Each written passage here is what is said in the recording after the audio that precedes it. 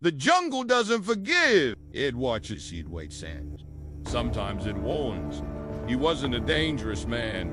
He was a father, a husband, just a simple hunter with calloused hands, heavy breath, and an empty bag slung over his shoulder. That morning, his youngest daughter had whispered, "Papa, I'm hungry." That was all it took. He grabbed his bow and knife and vanished into the green. 4 days he'd stalked these woods, tracked and chased and waited.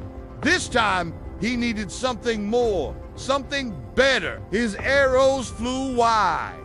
His steps were loud. Even the thick undergrowth seemed to shrink away from him. All around, unseen eyes watched him. He moved through the undergrowth like a shadow, every rustle familiar. Birds cried overhead. Monkeys screamed warnings. But he didn't care.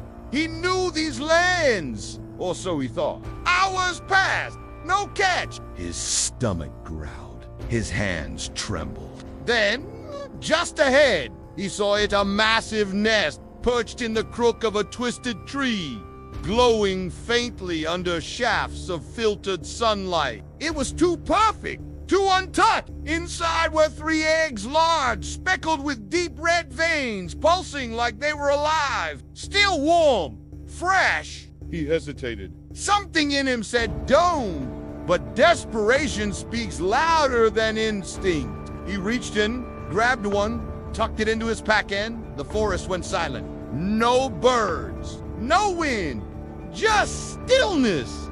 And then the low, steady clicking, like bone on bone. He turned. Nothing. But he wasn't alone. He felt it. A pressure, a presence. The trees seemed to lean in.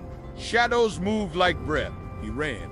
Branches clawed at his arms. The egg pulsed inside his bag, and the clicking followed. Never closer, never farther, just always there. By dusk, he reached home, collapsed at his doorstep, gasping. His wife looked at him, confused, then terrified. "Where did you go?" she whispered. He opened the bag. The egg was gone. Only a black feather remained. That night he didn't sleep. Outside the hut, something circled. No footsteps, no animal sounds. Just soft clicking and whispers he couldn't understand.